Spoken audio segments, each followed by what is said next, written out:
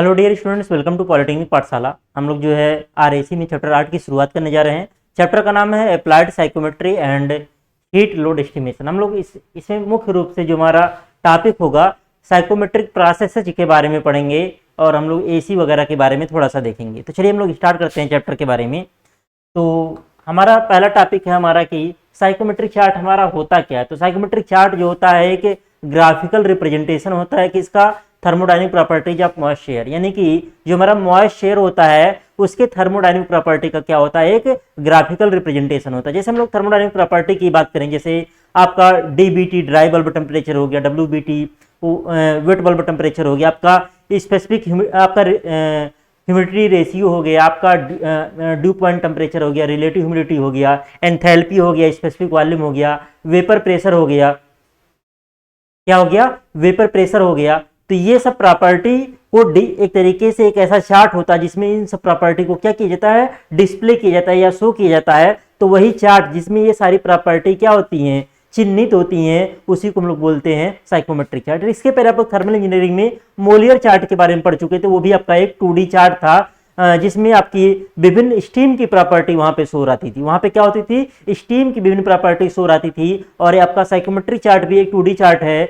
जिसमें आपकी कौन सी प्रॉपर्टी होगी, मॉइस्ट एयर की विभिन्न थर्मोडायनामिक प्रॉपर्टी क्या होगी, उनका एक तरीके से ग्राफिकल रिप्रेजेंटेशन होगा। तो है क्या साइकोमेट्रिक चार्ट? साइकोमेट्रिक चार्ट ये 2D चार्ट, मतलब जिसपे क्या होता है, एक तरीके से मॉइस्ट एयर के विभिन्न थर्मोडायनिक प्रॉपर्टी का ग्राफिकल रिप्रेजेंटेशन जो है प्रदर्शित होता है। तो अब अगर हम लोग बात करें आगे, तो चार्ट क्या देता है, chart provides graphic relationship in the condition of air at any particular time. किसी पर्टिकुलर टाइम में हमारा जो एयर है उसकी कंडीशन क्या है, उसके अकॉर्डिंग उसकी विभिन्न प्रॉपर्टी को क्या करेगा, शो करेगा आपका। It useful in analysing processes involve in air conditioning. Air conditioning की में विभिन्न जो प्रोसेस इन्वॉल्व हैं उनको समझने के लिए, उनको एनालाइज करने के लिए यह प्रॉपर्टी जो है काफी ज्यादा यूजफुल होती है। जैसे आप लोग मोलियर चार्ट के बारे में पढ़े होंगे, तो हम लोग चार्ट की सहायता से तुरंत देख करके डाटा बता देते थे कि इतना बार प्रेशर है, इतना बार प्रेशर है, और इतना आपका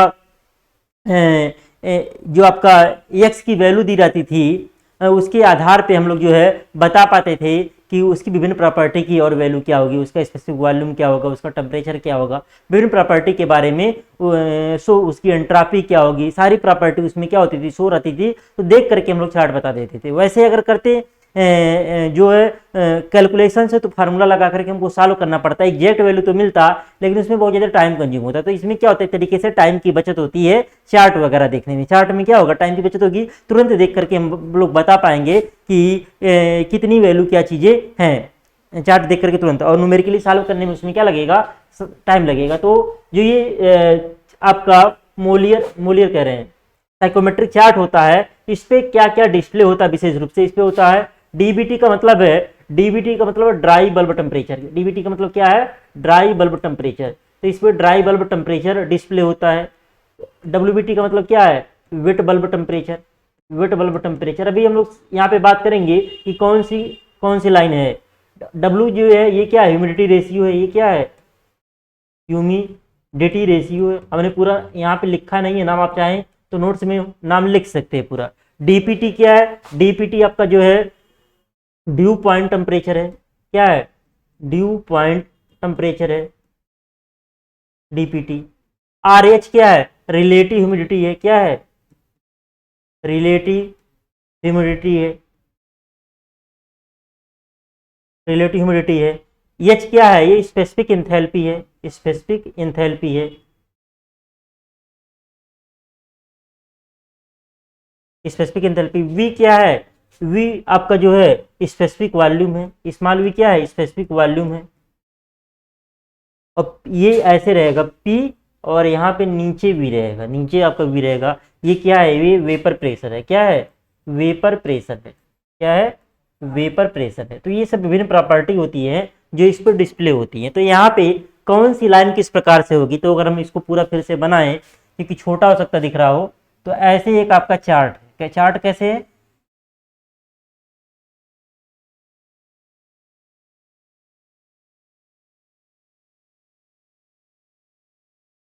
ये आपका क्या है, ये आपका ऐसे चार्ट है। अब इसमें क्या है, इसमें विभिन्न लाइनें ऐसी खींची होती हैं। लाइनें कैसे होंगी, ऐसे कुछ हॉरिजॉन्टल लाइन बहुत सारी होंगी, बहुत सारी क्या होंगी, हॉरिजॉन्टल लाइन ऐसी होंगी, बहुत सारी होंगी ऐसे। ये सब आपको एग्जाम में नहीं बनाना रहेगा जो मैं बता रहा हूँ। और कुछ ऐसे वर्टिकल लाइन भी होंगी, कुछ ऐसे जो है वर्टिकल लाइन भी होंगी ऐसी।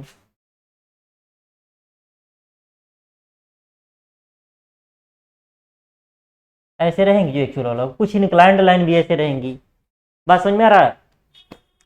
तो ये इधर की ओर होता है आपका ड्राई डीबीटी। डीबीटी का मतलब यहाँ पे है ड्राई बल्ब टेम्परेचर। क्या होता है ड्राई बल्ब टेम्परेचर, यानी कि आप धन पॉजिटिव एक्स एक्सिस की ओर जाएंगे तो इधर क्या होगा, डीपीटी आपका क्या है, डीबीटी है, क्या है डीबीटी, डीबीटी यानी कि ड्राई बल्ब टेम्परेचर की वैल्यू क्या होगी, बढ़ेगी। तो ये जो है वर्टिकल लाइंस बहुत सारी होती है, वो क्या होती है, ड्राई बल्ब टेम्परेचर को रिप्रेजेंट करता है। यानी कि इस आप डायग्राम पे, साइकोमेट्रिक चार्ट पे अगर आप लोग पॉजिटिव एक्स एक्सिस की ओर जाते हैं तो आपका क्या बढ़ता है, ड्राई बल्ब टेम्परेचर की वैल्यू बढ़ती है। अगर वही आप निगेटिव की ओर जाएंगे, निगेटिव की ओर जाएंगे तो ड्राई बल्ब टेम्परेचर क्या होगा, ड्राई बल्ब टेम्परेचर तो घटेगा। यानी कि अगर आप इधर जाएंगे, इधर जाएंगे तो क्या होगा, बढ़ेगा, और इधर जाएंगे तो वैल्यू क्या होगी, घटेगी। तो ये किसको शो करता है, ड्राई बल्ब टेम्परेचर को शो करता है। मतलब ये वाली एक्सिस ये क्या होगी, ये वर्टिकल लाइन इस पे मुख्य रूप से होगा, क्या होगा, डीबीटी वर्टिकल लाइन से रिप्रेजेंट। यहाँ पे पूरा दिखाया नहीं गया वर्टिकल लाइन, चार्ट में वर्टिकल लाइन दिखाया नहीं गया। तो ये क्या करेगा, आप चाहे तो चार्ट में दिखा सकते हैं, ये क्या रिप्रेजेंट करेगा, ड्राई बल्ब टेम्परेचर जो है, वर्टिकल लाइन जो इसमें होंगी वो ड्राई बल्ब टेम्परेचर को क्या करेगा, रिप्रेजेंट करेगा। इसके बाद आपका क्या है, इसके बाद आपका है WBT inclined lines. Inclined lines इसमें ऐसे होती हैं, अगर हम लोग यहाँ पे बनाएं,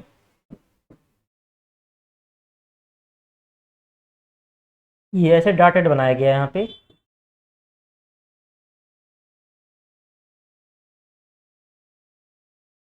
इंक्लाइंड लाइंस।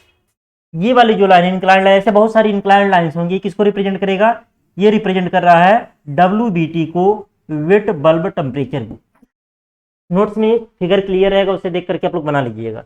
ये किसको रिप्रेजेंट कर रहा है, ये रिप्रेजेंट कर रहा है, हम यहाँ पे ऊपर बढ़ा के लिख दे रहे हैं, वेट बल्ब टेम्परेचर को रिप्रेजेंट कर रहा है। कौन सी, हमने जो डॉटेड लाइन रखी, ये क्या है, इंक्लाइंड लाइन है। इंक्लाइंड लाइन जो होता है वो किसको रिप्रेजेंट करता है, इंक्लाइंड लाइन दो होते हैं, इंक्लाइंड लाइन दो होते हैं, अभी एक और होगा उसके बारे में बताएंगे, स्पेसिफिक वॉल्यूम वाला होगा, उसका स्लोप ज्यादा होगा, इसका स्लोप कम होता है।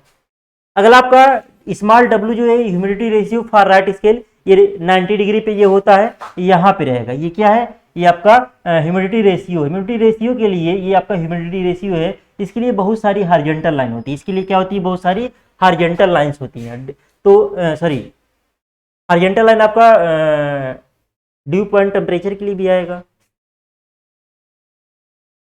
तो 90 डिग्री पे जो ये चिन्हांकन रहेगा, 90 डिग्री पे चिन्हांकन रहता है, विशेष को लाइन नहीं चिरंकी, चिन्हांकन रहेगा, तो वो चिन्हांकन किसको रिप्रेजेंट करेगा, ह्यूमिडिटी रेशियो को रिप्रेजेंट करेगा।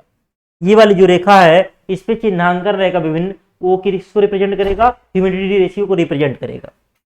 इसके बाद ड्यू पॉइंट टेम्परेचर, बहुत सारी हॉरिजॉन्टल लाइंस रहेंगी, जो हॉरिजॉन्टल लाइंस होंगी वो किसको रिप्रेजेंट करेगा, वो ड्यू पॉइंट टेम्परेचर को। देखिए यहाँ पे एक लाइन ड्रा की हुई है, यहाँ पे देखिए तो एक लाइन यहाँ पे ड्रा की हुई है जिसपे दिखाया गया है, ये किसको रिप्रेजेंट कर रहा है, ड्यू पॉइंट टेम्परेचर को रिप्रेजेंट कर रहा है। जो कौन सी लाइन, हॉरिजॉन्टल लाइन। नोट्स में आपको सही से दिखेगा। अगला है relative humidity curves on the chart. इस चार्ट पे जो कर्व होता है, कर्व जो होता है रिलेटिव ह्यूमिडिटी को, यहाँ पे देखेंगे एक ऐसे ही कर्व है, ऐसे जो कर्व होगा ये किसको रिप्रेजेंट करेगा, रिलेटिव ह्यूमिडिटी को। कर्व किसको रिप्रेजेंट करेगा, रिलेटिव ह्यूमिडिटी को ये रिप्रेजेंट करेगा। आगे बात करें, स्मॉल एच क्या है, स्पेसिफिक एंथैल्पी। आप एग्जाम में पूरा चीज लिखेंगे, स्पेसिफिक एंथैल्पी और ब्रैकेट में स्मॉल एच लिखेंगे। आप पूरा नाम लिखेंगे, dry bulb temperature, DBT WBT short form में लिख सकते हैं, लेकिन स्मॉल डब्ल्यू के लिए ह्यूमिडिटी रेशियो लिखना पड़ेगा। आर एच के लिए इसके लिए आर एच के लिए रिलेटिव ह्यूमिडिटी लिखना पड़ेगा आपको। स्मॉल एच क्या है, स्पेसिफिक एंथैल्पी लिखना पड़ेगा आपको। स्मॉल वी क्या है, स्पेसिफिक वॉल्यूम। इंक्लाइंड लाइंस है ये क्या है, जिसका स्लोप ज्यादा होता है। एक इंक्लाइंड लाइंस देखेंगे ये वाली है, इसका स्लोप क्या है, इसका स्लोप ज्यादा है, तो ये किसको रिप्रेजेंट करेगा, ये स्पेसिफिक वॉल्यूम को रिप्रेजेंट करेगा। किसको रिप्रेजेंट करेगा, स्पेसिफिक वॉल्यूम को रिप्रेजेंट करेगा। अभी सारी चीजें क्लियर हो जाएंगी, आगे हम इंडिविजुअल सबके बारे में पढ़ेंगे तो चीजें क्लियर हो जाएंगी, बिल्कुल भी परेशान नहीं होना है। जब अलग अलग चीजों को पढ़ लेते हो तो हमको ज्यादा क्लियर हो जाता है, अभी आपको मिक्सअप हो रहा है। अगला क्या है, vapour pressure for right angle, for right scale. तो इस साइड में भी एक ऐसे 90 डिग्री पे एक रेखा होगी, ये इस पे भी चिन्हांकन रहेगा। ये किसको रिप्रेजेंट करेगा, ये वेपर प्रेशर को रिप्रेजेंट करेगा। किसको रिप्रेजेंट करेगा, वेपर प्रेशर को आपको रिप्रेजेंट करेगा। तो ये क्या हो गया, ये मुख्य रूप से आपका साइकोमेट्रिक चार्ट हो गया। अगर आ गया साइकोमेट्रिक चार्ट के बारे में बना करके लिखने के लिए तो क्या लिखेंगे, साइकोमेट्रिक चार्ट एक 2D चार्ट होता है, इस पर मॉइस्ट एयर की विभिन्न थर्मोडायनेमिक प्रॉपर्टी का ग्राफिकल रिप्रेजेंटेशन प्रदर्शित होता है, या ग्राफिकल रिप्रेजेंटेशन को कह सकते हैं चित्रीय और रिप्रेजेंटेशन को वही प्रदर्शित करते हैं। एक ग्राफ के रूप में क्या होता है, प्रदर्शित होता है। तो विभिन्न थर्मोडायनेमिक प्रॉपर्टी जो होती है ग्राफ के रूप में क्या होता है, प्रदर्शित होता है। और यह जो है किसी भी पर्टिकुलर टाइम पे जो है मॉइस्ट एयर के विभिन्न कंडीशंस को क्या करेगा, विभिन्न कंडीशंस के रिलेशनशिप को क्या करेगा, प्रोवाइड करेगा। ये यूजफुल होता है, मतलब किसी भी टाइम जो है एयर कंडीशनिंग में जो भी हमारे प्रोसेस इन्वॉल्व होते हैं उनका एनालिसिस करने में ये क्या करता है, बहुत लाभदायक होता है। और इस पर विभिन्न रेखाएं प्रदर्शित होती हैं जो निम्न प्रकार हैं। ये चार्ट बनाएंगे, ये पॉइंट लिख देंगे, तो ये आपका पूरा का पूरा हो गया साइकोमेट्रिक चार्ट के बारे में। तो एग्जाम में आपका आ सकता है साइकोमेट्रिक चार्ट क्या है, तो काफी इंपॉर्टेंट है, तो इसको एक बार आप बना के प्रैक्टिस कर लीजिएगा। और ये एंथैल्पी वाली लाइन ही है, ऐसे रहती है, डायगोनली रहती है। कैसी है, डायगोनली है एक तरीके से, ये ऐसे जाकर के पैरेलली ऐसे किया गया, खींचा गया है। ये किसको रिप्रेजेंट कर रहा है, ये एंथैल्पी को रिप्रेजेंट कर रहा है आपका। किसको रिप्रेजेंट कर रहा है, एंथैल्पी को रिप्रेजेंट कर रहा है। तो आप जब पूरा फिगर देखेंगे वैसे जो आपको नोट्स में मिलेगा तो उसमें चीजें क्लियर रहेंगी। यहाँ पे थोड़ा सकता है बोर्ड पे सब मिक्सअप हो गया हो। आगे बढ़ते हैं, अब हम लोग बात करें साइकोमेट्रिक प्रोसेस के बारे में। तो साइकोमेट्रिक प्रोसेस मुख्य रूप से दो प्रकार के होते हैं, एक हमारा होता है एलिमेंट्री प्रोसेस और एक होता है कंपोजिट प्रोसेस। एक क्या होता है, साइकोमेट्रिक प्रोसेस दो टाइप के होते हैं, एक एलिमेंट्री प्रोसेस होता है और एक कंपोजिट प्रोसेस होता है। तो अगर हम लोग बात करें इन एलिमेंट्री प्रोसेस में होता क्या है, या तो आपको देखिए, या तो आपको ड्राई बल्ब टेम्परेचर ये क्या करेगा, ये वेरीज करेगा और क्या होगा, W जो होगा वो कांस्टेंट होगा, वो क्या होगा, कांस्टेंट होगा। या आपका DBT जो है ये कांस्टेंट होगा, लेकिन आपका ड्राई बल्ब नहीं, DBT आपका क्या करेगा, वेरी करेगा। ड्राई बल्ब टेम्परेचर क्या करेगा, ये वेरीज करेगा। और आपका क्या करेगा, और आपका जो स्मॉल w है ये क्या करेगा, ये आपका कांस्टेंट। गड़बड़ हो गया, पता नहीं। देखिए एलिमेंट्री प्रोसेस क्या होता है, आपका जो है ड्राई बल्ब टेम्परेचर ये क्या करेगा, ये अप डाउन होगा, यानी घटेगा बढ़ेगा, वेरी करेगा। और क्या होगा, W क्या होगा, कांस्टेंट होगा। या तो ये चीज होगी, या क्या होगा, ड्राई बल्ब टेम्परेचर क्या होगा, ये कांस्टेंट होगा, लेकिन आपका स्मॉल w क्या होगा, स्मॉल w जो है आपका वेरी करेगा। स्मॉल w क्या आपका ह्यूमिडिटी रेशियो है। तो एलिमेंट्री प्रोसेस में क्या होगा, या तो ड्राई बल्ब टेम्परेचर वेरी करेगा और क्या होगा, ह्यूमिडिटी रेशियो जो होगा वो कांस्टेंट होगा। या क्या होगा, ड्राई बल्ब टेम्परेचर कांस्टेंट होगा और आपका ह्यूमिडिटी रेशियो क्या होगा, वेरी करेगा। तो इन एलिमेंट्री प्रोसेस क्या होता है, either temperature, dry bulb temperature को सिंपली टेम्परेचर समझिएगा, जो साधारण थर्मामीटर से हम लोग टेम्परेचर का मेजरमेंट करते हैं वो हमारा ड्राई बल्ब टेम्परेचर होता है। तो एलिमेंट्री प्रोसेस में होगा क्या, या तो ड्राई बल्ब टेम्परेचर यानी कि टेम्परेचर वेरी करेगा और ह्यूमिडिटी रेशियो क्या होगा, कांस्टेंट रहेगा। या ह्यूमिडिटी रेशियो क्या होगा, वेरी करेगा और ड्राई बल्ब टेम्परेचर क्या होगा, कांस्टेंट होगा। तो ये हमारा हो गया एलिमेंट्री प्रोसेस। लेकिन आपका कंपोजिट प्रोसेस में क्या होगा, दोनों वेरी करेगा। क्या होगा, दोनों वेरी करेगा, मतलब आपका ड्राई बल्ब टेम्परेचर भी वेरी करेगा और ह्यूमिडिटी रेशियो भी क्या करेगा, आपका वेरी करेगा। तो एसी में जनरली जो प्रोसेसेज होते हैं वो कंपोजिट प्रोसेस होते हैं। कौन से प्रोसेस होते हैं, कंपोजिट प्रोसेस होते हैं विशेष रूप से। तो चलिए हम इन्हीं के बारे में मुख्य रूप से अब पढ़ेंगे। तो अगर हम लोग बात करें एलिमेंट्री प्रोसेस के बारे में बात करें तो इसमें क्या होता है, एक हमारा हो गया हीटिंग प्रोसेस हो गया। क्या हो गया, हीटिंग प्रोसेस हो गया। हीटिंग में क्या होगा, टेम्परेचर वेरी करेगा और आपका क्या होगा, W कांस्टेंट रहेगा। हीटिंग में क्या होगा, पहला हमारा है हीटिंग है, पहला हमारा क्या है, हीटिंग मतलब क्या, टेम्परेचर को बढ़ाना। तो टेम्परेचर बढ़ाने का मतलब क्या हो गया, आपका ड्राई बल्ब टेम्परेचर जो होगा ये क्या करेगा, इंक्रीज करेगा, ये बढ़ेगा, और ह्यूमिडिटी रेशियो ये क्या होगा, ये कांस्टेंट होगा, और ह्यूमिडिटी रेशियो क्या होगा, कांस्टेंट हो गया होगा। दूसरा क्या है, दूसरा हो गया कूलिंग। दूसरा क्या हो गया, कूलिंग। कूलिंग कूलिंग में क्या होगा, अब इसमें क्या होगा, जो ठंडा होगा तो ड्राई बल्ब टेम्परेचर क्या होगा, जो ठंडा करेंगे हम लोग तो क्या होगा, ड्राई बल्ब टेम्परेचर आपका क्या होगा, घटेगा, और आपका डब्ल्यू क्या होगा, कांस्टेंट होगा। ये हीटिंग कूलिंग की बात हो रही है। अब एक क्या होगा, ह्यूमिडिफिकेशन। ह्यूमिड मतलब क्या होता है, आर्द्रता होता है, तो यानी कि आर्द्रता क्या होगा, बढ़ेगा, ह्यूमिडिफिकेशन।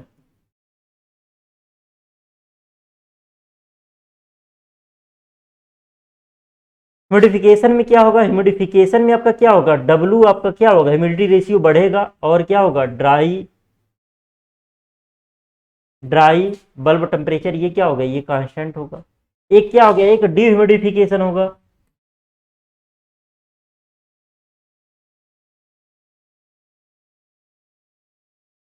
डिह्यूमिडिफिकेशन होगा, इसमें क्या होगा, इसमें क्या होगा, ये आपकी क्या होगी, घटेगी, और आपका ड्राई बल्ब टेम्परेचर क्या होगा, कांस्टेंट। ये क्या होगा, कांस्टेंट होगा। तो ये हमारा क्या हो गया, ये हमारे हो गए एलिमेंट्री प्रोसेस मुख्य रूप से। लेकिन एक प्रोसेस और आपका है एडियाबेटिक सैचुरेशन या इवेपोरेटिव कूलिंग। इसमें क्या होता है, इसमें WBT वेट बल्ब टेम्परेचर और एंथैल्पी की वैल्यू क्या होती है, कांस्टेंट होती है। आगे इसके बारे में पढ़ेंगे, अलग से हम लोग पढ़ेंगे इन पांचों के बारे में, तो वहां पे हम लोग देखेंगे स्पेशल रूप से। तो ये क्या हो गए, ये 5 मुख्य रूप से प्रोसेस आपके हो गए। ये 4 इंपॉर्टेंट है, ये आपको सीधे सीधे समझ में आ रहा होगा। अब आगे बात करें, आपका सेंसिबल हीटिंग क्या है। हीटिंग का मतलब वही सेंसिबल हीटिंग, चाहे हीटिंग बोलिए या सेंसिबल हीटिंग बोलिए। यहाँ पे सेंसिबल हीटिंग नाम लिखा हुआ है तो कोई दिक्कत नहीं है, वही हीटिंग प्रोसेस ही है। तो हीटिंग प्रोसेस में होता क्या है, तो अगर हम लोग देखें, कुछ इस तरीके से हमारा चार्ट था, कुछ इस तरीके से हमारा चार्ट था। तो इसमें क्या था, इसमें जो है अगर हम लोग पॉजिटिव एक्स एक्सिस की ओर जाते हैं तो हमारा क्या होता है, टेम्परेचर आपका क्या होता है, बढ़ता है। यानी कि इसमें अगर हम 2 पॉइंट कंसीडर करें, एक पॉइंट हम यहाँ पे लें और एक पॉइंट यहाँ पे लें, और इसको 1 माने, इसको 2 माने, अगर 1 से अगर हम लोग 2 पे गए, यानी कि आपका टेम्परेचर क्या हो गया, यानी आपका टेम्परेचर क्या होगा, बढ़ेगा, यानी आपका टेम्परेचर क्या होगा, बढ़ेगा। और क्या होगा, क्योंकि हम लोग वर्टिकल डायरेक्शन में तो जा नहीं रहे हैं, अगर वर्टिकल डायरेक्शन में ऊपर की ओर जाने पे, प्लस ऊपर की ओर जाएंगे तो डब्ल्यू बढ़ेगा। अगर हम लोग नीचे की ओर आएंगे तो डब्ल्यू क्या होता है, घटता है, क्योंकि इस लाइन पे हम लोग क्या प्रदर्शित करते हैं, ऊपर जैसे जैसे बढ़ते जाते हैं डब्ल्यू की वैल्यू क्या होती है, बढ़ती जाती है। तो सिंपली कुछ करना नहीं है, ये चार्ट सीधे बनाना है। ये चार्ट क्या करना रहेगा, ये चार्ट आपको सीधे बनाना रहेगा। यही चार्ट देखिए यहाँ पे बना हुआ है, यहाँ पे क्या हुआ है, बना हुआ है।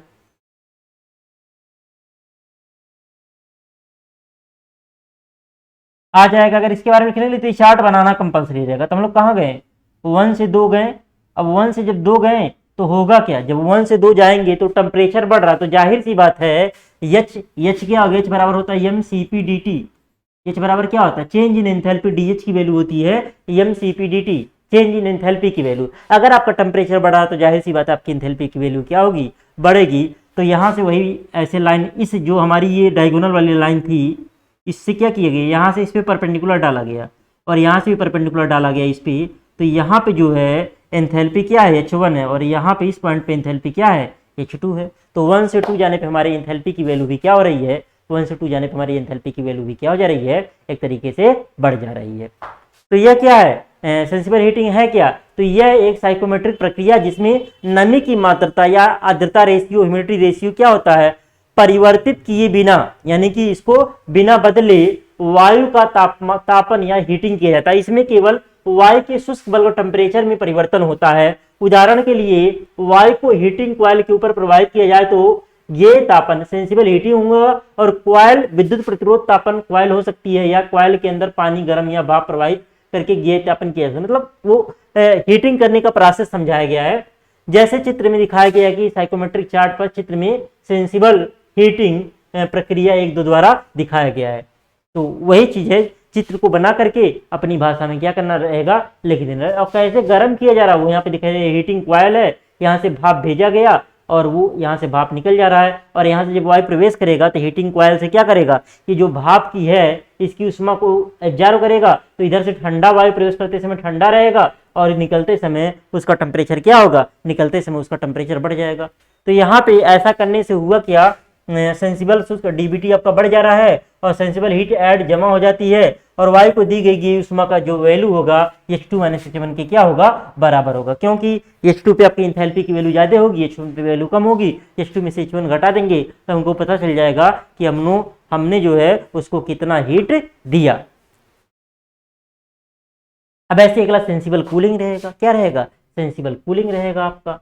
अब यहाँ पे क्या होगा, यहाँ पे क्या होगा, इस प्रक्रिया में वायु नमी की आर्द्रता अनुपात में परिवर्तित किए बिना कूलिंग में क्या होगा, W तो आपका कांस्टेंट ही रहेगा, लेकिन आपका क्या होगा, आपका ड्राई बल्ब टेम्परेचर की वैल्यू क्या हो जाएगी, घट जाएगी, उल्टा चलेंगे। अब इधर से किधर जाएंगे, इधर से इधर जाएंगे, इधर से क्या जाएंगे, इधर जाएंगे। तो इसमें क्या होगा, इसमें जो कितनी उष्मा रिजेक्ट होगी वो H2 - H1 के बराबर होगा। पहले आपकी उष्मा क्या थी, पहले आपकी उष्मा क्या थी, H1 - H2 के बराबर होगा।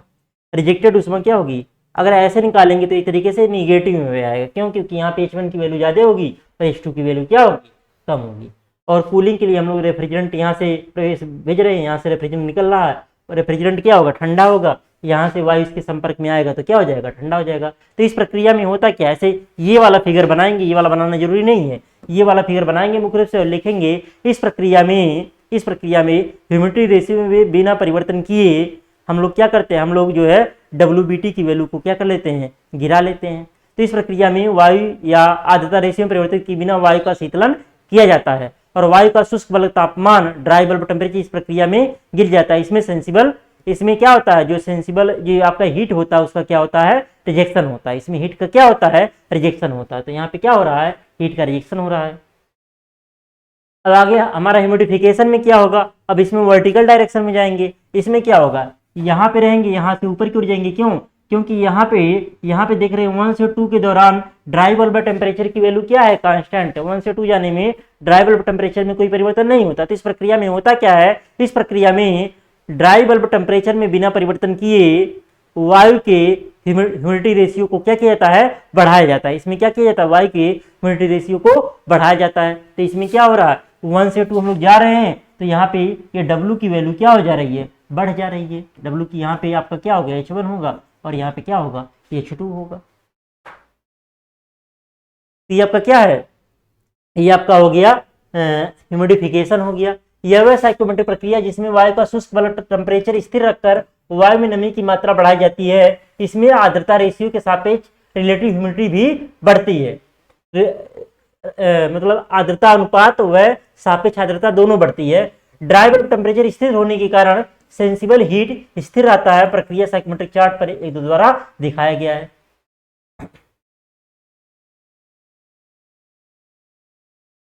और ये जो आपका H2 - H1 जो आ रहा है, ये एंथैल्पी का परिवर्तन जो वाष्पीकरण की गुप्त उष्मा के कारण हो रहा है। यहाँ पे कौन सी उष्मा हो रही है, गुप्त उष्मा इन्वॉल्व है। यहाँ पे कौन सी उष्मा इन्वॉल्व है, गुप्त उष्मा इन्वॉल्व है, क्योंकि टेम्परेचर तो बढ़ नहीं रहा है। तो आपका जो है लेटेंट हीट के दौरान टेम्परेचर की वैल्यू में कोई परिवर्तन नहीं होता। जैसे पानी को जब हम उबालते हैं 100 डिग्री सेल्सियस में पानी भी होता है, 100 डिग्री सेल्सियस में भाप भी होता है। टेम्परेचर में जब उबलता है टेम्परेचर में कोई परिवर्तन नहीं होता है, लेकिन वहां पे भी उष्मा क्या होती है, खर्च होती है। इस नाते कहा जाता है कि गर्म पानी से तुलना में भाप से जलना अधिक खतरनाक होता है, क्योंकि भाप के पास गुप्त उष्मा होती है। अगला हमारा है डिह्यूमिडिफिकेशन। इसमें क्या होगा, इसमें हम लोग ऊपर से नीचे आ जाएंगे। 1 से 2 पे हम लोग यहाँ पे आ गए, यहाँ पे कहाँ आ गए, 1 से हम लोग 2 पे आ गए। तो ये क्या हो गया, डिह्यूमिडिफिकेशन आपका हो गया। इसमें क्या है, ड्राई बल्ब टेम्परेचर स्थिर रखते हुए वायु में नमी की मात्रा को क्या किया जाता है, कम किया जाता है। वायु में ह्यूमिडिटी रेशियो को, आर्द्रता अनुपात को कम किया जाता है। चित्र में यह प्रोसेस एक द्वारा जो है प्रदर्शित है। अगला आपका है एडियाबेटिक सैचुरेशन या इवेपोरेटिव कूलिंग। इसमें क्या होता है, WBT, हमारी WBT वाली लाइन ऐसे थी, ये क्या होता है, ये कांस्टेंट, ये क्या है, कांस्टेंट होती है।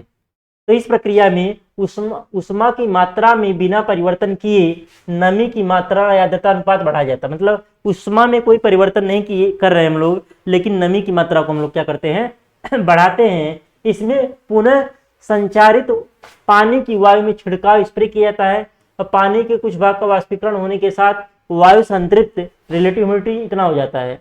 जाहिर सी बात है, जब वायु में नमी आएगा तो उसका क्या होगा, ह्यूमिडिटी रेशियो आपका बढ़ेगा और अधिकतम कितना होगा, 100% होगा। यह प्रक्रिया चित्र साइकोमेट्रिक चार्ट पर चित्र 1-2 से दिखाई गई है, 1-2 से यही दिखाया गया है। इस प्रक्रिया में सेंसिबल हीट हटाई जाती है, वह नमी जोड़ी जाती है, गुप्त उष्मा ऐड होती है। तो यहाँ पे क्या दिखाया गया है, यहाँ पे जो है आपका सैचुरेशन पॉइंट पे आपका dry bulb temperature, wet bulb temperature और ड्यू पॉइंट टेम्परेचर तीनों की वैल्यू क्या हो जाती है, एक समान हो जाती है। तीनों की वैल्यू क्या हो जाती है, एक समान हो जाती है।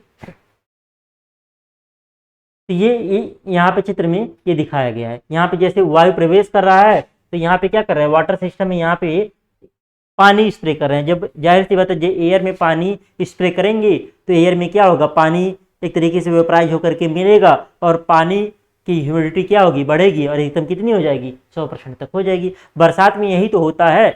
बरसात में होता क्या है, मान लीजिए पानी बरसा, टेम्परेचर तो गिर जाता है, टेम्परेचर तो ठंडा हो जाता है एक तरीके से, लेकिन फिर भी आपका ह्यूमिडिटी रेशियो की वैल्यू बढ़ जाती है, उमस बढ़ जाती है।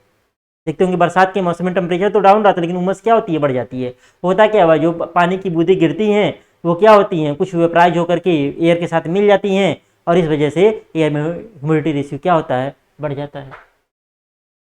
इस प्रक्रिया में WBT व एंथैल्पी स्थिर रहती है। इसमें क्या WBT ये चीज स्थिर है और एंथैल्पी भी क्या आपकी स्थिर है, क्योंकि एंथैल्पी वाली लाइन यही है तो इसमें तो कोई परिवर्तन हो नहीं रहा जब 1 से 2 जा रहे हैं। और ये आपका जो ये लाइन जो होती है WBT वाली लाइन आपकी कैसी होती है, इंक्लाइंड होती है, तो ये WBT वाली लाइन है।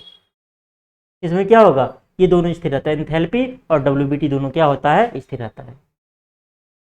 अब कंपोजिट प्रोसेस आ गया, क्या आ गया, कंपोजिट प्रोसेस। तो in composite process more than 1 elementary process are involve. इसमें एक से ज्यादा एलिमेंट्री प्रोसेस जो होते हैं इन्वॉल्व होते हैं। इसमें कौन कौन सा है, हीटिंग एंड ह्यूमिडिफिकेशन। पहला क्या है, पहला है हीटिंग एंड ह्यूमिडिफिकेशन।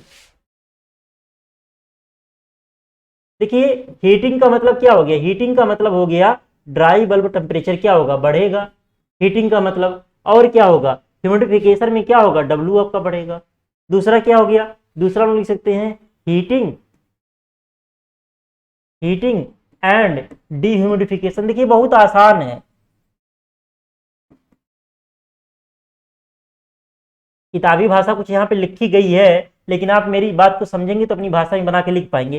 हीटिंग मतलब क्या हो गया, ड्राई बल्ब टेम्परेचर आपका क्या होगा, बढ़ेगा और W की वैल्यू आपकी क्या होगी, घटेगी। W की वैल्यू क्या होगी, घटेगी डिह्यूमिडिफिकेशन में। तीसरा क्या है, कूलिंग है, cooling and humidification, cooling and humidification.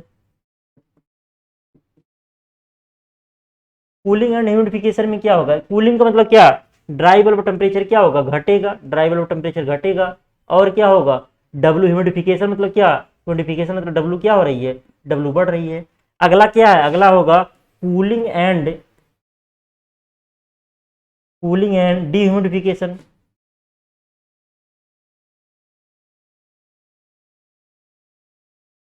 Cooling and dehumidification, इसमें क्या होगा, इसमें ड्राई बल्ब टेम्परेचर क्या होगा, घटेगा और W की वैल्यू भी क्या होगी, W की वैल्यू भी आपकी क्या होगी, घटेगी। तो ये 4 प्रोसेस होंगे। तो देखिए अगर हम लोग बात करें साइकोमेट्रिक चार्ट की बात करें, कुछ ऐसे होता है। तो अगर हम लोग बात करें, देखिए अगर हम लोग ऊपर जाए तो ह्यूमिडिफिकेशन होगा, इधर जाए अगर ये वाली क्या करेगी, ये ड्राई बल्ब टेम्परेचर इसमें क्या हो रहा है, बढ़ रहा है और इसमें क्या हो रहा है, इसमें W बढ़ रहा है। तो अगर हम दोनों के बीच में जाएं तो क्या होगा, जैसे ही इस पॉइंट पे बढ़ते जाएंगे तो ड्राई बल्ब टेम्परेचर भी बढ़ता जाएगा और क्या होगा, W की वैल्यू दोनों बढ़ती जाएगी यहाँ पे।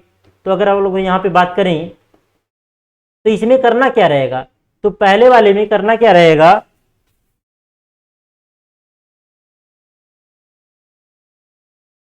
क्या हीटिंग एंड ह्यूमिडिफिकेशन है। तो अगर हम लोग यहाँ से इधर जाएं, इसको O नाम दे दें, O से अगर हम लोग A जाएं, O से A में क्या होगा, हीटिंग एंड ह्यूमिडिफिकेशन होगा। दूसरा क्या है, हीटिंग एंड डीह्यूमिडिफिकेशन। अगर हम लोग वही किस डायरेक्शन में चले जाएं, इधर चले जाएं, ऐसे जाएं, तो अगर O से A जाए हम लोग, O से A जाए तो हीटिंग एंड, तो ये पहला वाला हो गया, ये पहले वाले के लिए हो गया। O से अगर हम लोग B जाएं तो ये दूसरे वाले के लिए हो गया। इसमें क्या हो रहा है, O से B हीटिंग एंड डीह्यूमिडिफिकेशन हो रहा है। अच्छा ये गड़बड़ हो गया, हीटिंग हो रहा है ना, आपका हीटिंग हो रहा है ना, तो हीटिंग के लिए तो आपको इस डायरेक्शन में जाना ही पड़ेगा। जैसे ओ से अगर हम लोग इधर जाएं तो इसमें क्या होगा, हीटिंग एंड ह्यूमिडिफिकेशन। अगर हम लोग यही इधर चले जाएं तो क्या होगा, हीटिंग एंड डिह्यूमिडिफिकेशन। ओ से बी में, ओ से बी में भी क्या हो रहा है, हीटिंग तो हो रहा है, ड्राई बल्ब टेम्परेचर तो बढ़ रहा है, ड्राई बल्ब टेम्परेचर हम लोग देखें तो ये तो बढ़ रहा है, लेकिन क्या हो रहा है, डब्ल्यू की वैल्यू घट जा रही है। दूसरा क्या है, कूलिंग है, दूसरा क्या है, कूलिंग एंड ह्यूमिडिफिकेशन। कूलिंग में क्या होगा, आपकी ड्राई बल्ब टेम्परेचर की वैल्यू क्या होगी, घटेगी। तो अगर हम लोग इधर चले जाएं तो कूल तो हो रहा है, लेकिन डब्ल्यू की वैल्यू क्या हो रही है, बढ़ रही है। और इधर चले आए तो यहाँ पे क्या हो रहा है, कूल भी हो रहा है और आपका डब्ल्यू भी घट रहा है। तो यही मुख्य रूप से प्रोसेस होगा। ये आपका प्रोसेस 1 वाला हो गया, पहला वाला हो गया, ये दूसरा वाला हो जाएगा, ये क्या होगा, ये तीसरे वाले को रिप्रेजेंट करेगा, और ये किसको रिप्रेजेंट करेगा, चौथे वाले को रिप्रेजेंट करेगा। ओ बी, ये सी मान लीजिए और ये डी मान लीजिए। तो यही 4 प्रोसेस आपके होंगे, यही 4 प्रोसेस होंगे, इन्हीं को इंडिविजुअली हम लोग आगे पढ़ेंगे। देखिए यहाँ पे सब दिखाया गया है एक बार, यहाँ पे एलिमेंट्री भी दिखाया गया आपका, और एक आपका ये भी दिखाया गया है, कंपोजिट भी दिखाया गया है। तो यहाँ पे अगर हम लोग बात करें ओ ए क्या है, सेंसिबल हीटिंग है।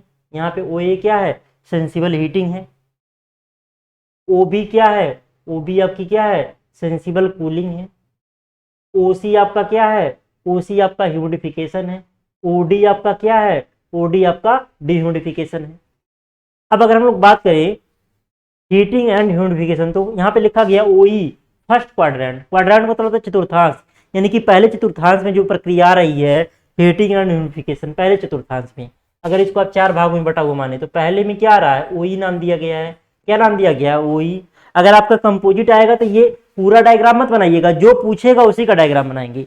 मान लीजिए आ गया हीटिंग एंड ह्यूमिडिफिकेशन आ गया, तो कौन सा बनाएंगे, ओई बनाएंगे। तो कैसे बनाएंगे आप, ऐसे बनाएंगे, ऐसे बनाएंगे, ऐसे बना देंगे। ये ओ पॉइंट हो गया, तो वहां पे 1 दे दीजिएगा या ए दे दीजिएगा, एक एग्जाम इंडिविजुअल आएगा तो वही नाम देंगे जो आएगा। तो ये आपका क्या हो गया, ये ओ ए हो गया, ये क्या हो गया आपका ओ ए हो गया। यहाँ पे ओ ए किसको रिप्रेजेंट करेगा, हीटिंग एंड ह्यूमिडिफिकेशन को, जो मैं अभी बता रहा था, चारों अलग अलग। तो ओ ई रिप्रेजेंट करेगा। सेकंड वाला ओ एफ, सेकंड क्वाड्रेंट में जो आ रहा है, ये किसको, ये किसको रिप्रेजेंट कर रहा है, कूलिंग को, क्योंकि ओ से इधर की जाने की तरफ हम लोग इधर से इधर जा रहे हैं एक तरीके से, तो ड्राई बल्ब टेम्परेचर ये क्या होगा, ये घटेगा। और ये डायरेक्शन में जो जा रहे हैं तो यहाँ पे क्या है, इस वाले एक्सिस पे हम लोग ऊपर जा रहे हैं, तो डब्ल्यू की वैल्यू क्या होगी, डब्ल्यू की वैल्यू आपकी बढ़ेगी। तो ओ ई में क्या होगा, इसमें ओ एफ में क्या होगा, इसमें ड्राई बल्ब टेम्परेचर तो क्या हो रहा है, पहले वाले में देखें तो पहले में ड्राई बल्ब टेम्परेचर ये भी बढ़ रहा है और डब्ल्यू भी क्या हो रहा है, बढ़ रहा है। लेकिन इसमें क्या हो रहा है, सेकंड वाले में, इसमें ड्राई बल्ब टेम्परेचर ये तो क्या हो रहा है, ये घट रहा है, लेकिन आपका डब्ल्यू क्या हो रहा है, डब्ल्यू आपका बढ़ रहा है। फिर थर्ड में आ गए ओजी, ओजी थर्ड में आ गए, थर्ड क्वाड्रेंट में क्या हो रहा है, इसमें क्या हो रहा है, हीटिंग हो रहा है और डिह्यूमिडिफिकेशन हो रहा है। तो इसमें इसमें इसमें क्या, हीटिंग का मतलब क्या, ड्राई बल्ब टेम्परेचर आपका क्या हो रहा है, बढ़ रहा है, और डिह्यूमिडिफिकेशन का मतलब क्या, डब्ल्यू घट रही, क्योंकि इधर से इधर आएंगे तो इस वाले एक्सिस पे भी क्या आएंगे, नीचे की ओर आएंगे, तो डब्ल्यू क्या होगा, घटेगा। चौथे क्वाड्रेंट में आ जाइए, इधर आएंगे तो आपका क्या होगा, ड्राई बल्ब टेम्परेचर, तो आपका क्या होगा, ओ एच की ओर आने पे, ओ जी में तो क्या होगा, ओ एच में आने में क्या होगा, ड्राई बल्ब टेम्परेचर आपका क्या होगा, बढ़ेगा। ओ एच में आने पे क्या होगा, ड्राई बल्ब टेम्परेचर आपका बढ़ेगा। और क्या होगा, और आपका जो है डब्ल्यू की वैल्यू क्या होगी, घटेगी। डब्ल्यू की वैल्यू क्या होगी, घटेगी। तो देखिए 2 में डब्ल्यू घट रहा है, 2 में डब्ल्यू बढ़ रहा है।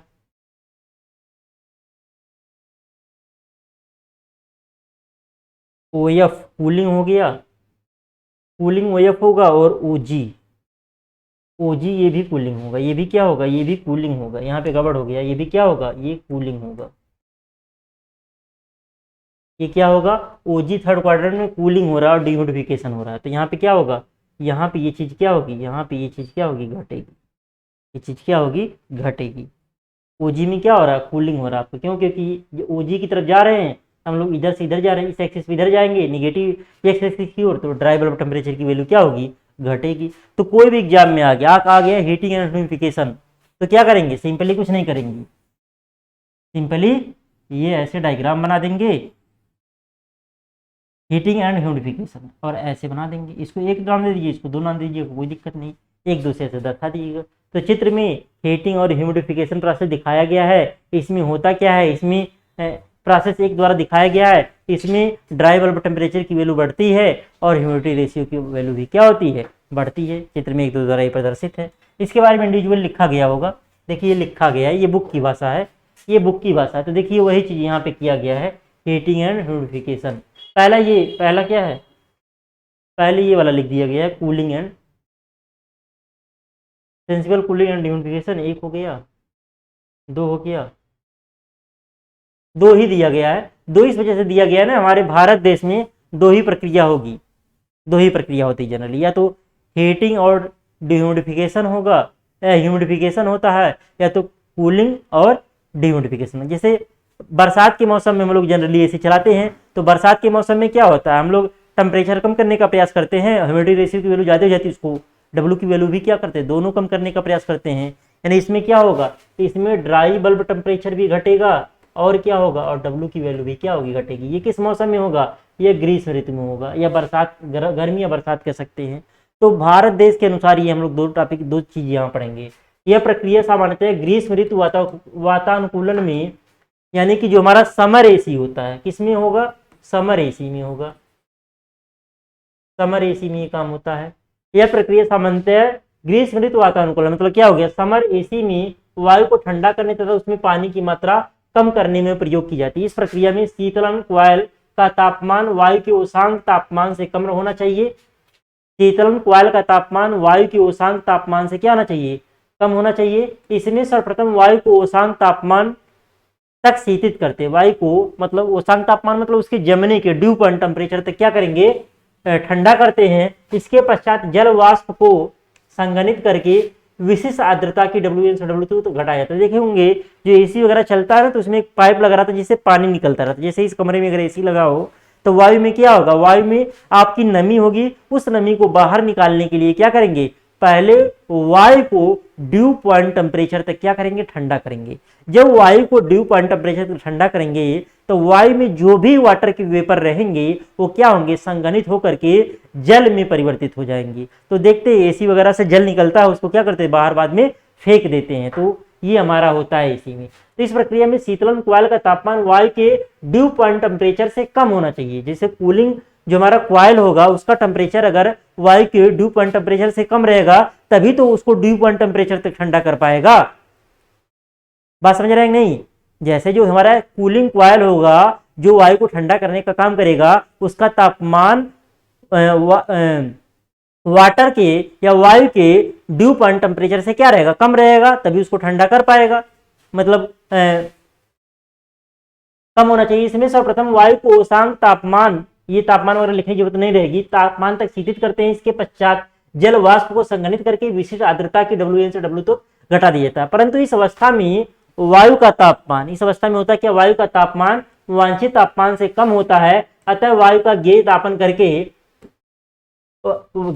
करके अतः वायु को क्या करते हैं हम लोग, गेय तापन करके,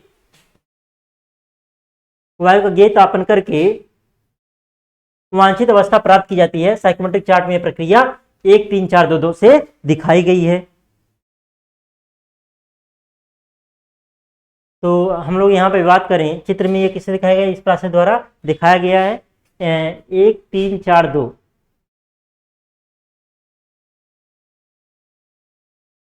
sensible cooling and dehumidification.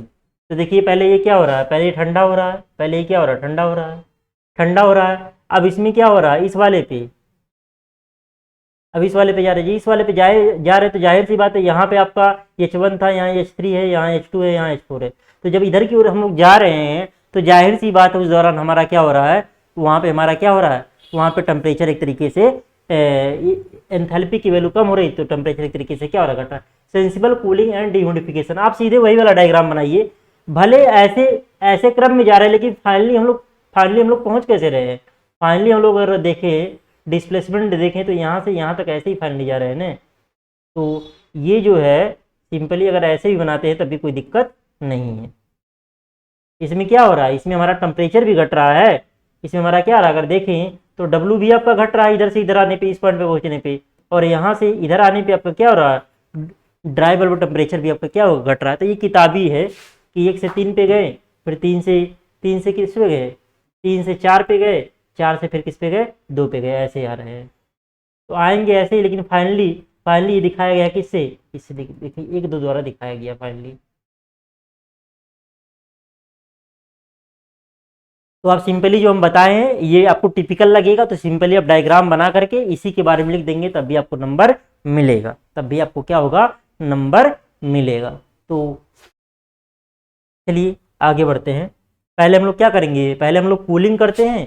Cooling करने के बाद हम लोग क्या करेंगे, कूलिंग करने के बाद हम लोग जो है ड्यूटी, जैसे जैसे अगर हम लोग 1 से 3 में गए, 1 से 3 में देखने यहाँ पे हुआ क्या, 1 से 3 में जाने पे, 1 से 3 में जाने पे आपका आपका क्या हुआ, आपका W कांस्टेंट है, क्या है, W कांस्टेंट है, लेकिन आपका ड्राई बल्ब टेम्परेचर क्या हो रहा है, ये घट रहा है। अगर ये वाला देखें पूरा, तो 1 से 3 पे जाने पे क्या हो रहा है, 1 से 3 पे जाने पे आप एग्जाम में 1 3 4 तो थोड़ी ना आपको याद रहेगा, ये प्रोसेस याद रखना रहेगा।